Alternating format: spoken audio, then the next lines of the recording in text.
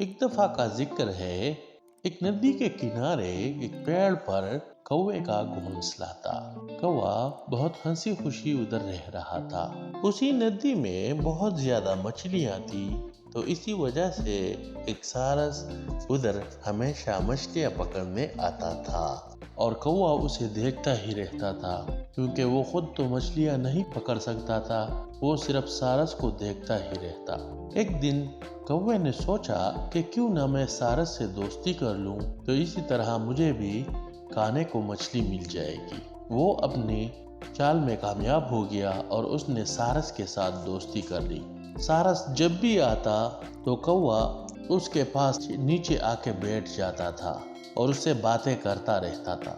सारस जब मछलियां पकड़ता तो कौवे को भी खिलाता। कौवा सारस को देखता ही रहता कि ये कैसे शिकार करता है। वो पहले पानी के ऊपर मंडलाता रहता और उसके बाद गोता लगाकर मछलियां पकड़कर ऊपर ले आता। एक दिन कौवे को भूख लगी थी और सारस नहीं आया, तो कौवे ने सोचा कि क्यों ना मैं खुद ट्राई कर लूं, वैसे भी मैंने तरीका सीख लिया है। तो कौवा उड़ा, पानी के ऊपर मंडलाया। यूं ही कौवे ने गोता लगाया, वो नीचे पानी में हंस किया और काय काय करने लगा। इतने में सारस पहुंचा और उसने कौवे को पानी से बाहर निकाला और उससे कहा कि तुम क्यों मेरी नकल उतार रहे हो? मुझ में और तुम में बहुत फर्क है। हम पानी में शिकार कर सकते हैं, पर तुम पानी में शिकार नहीं कर सकते।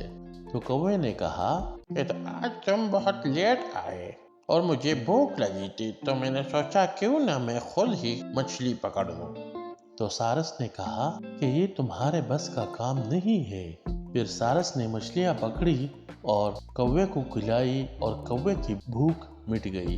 तो बच्चों, इस कहानी से हमें ये सबक मिलता है कि हमें कभी दूसरों की नकल नहीं करनी चाहिए।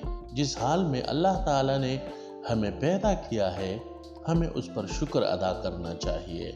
बच्चों, अगर आपको कहानी पसंद आई हो तो लाइक और शेयर करना ना भूलें, और अगर आप चैनल पर नए हैं तो चैनल को सब्सक्राइब करके घंटी के बटन को जरूर दबाएं। बहुत शुक्रिया।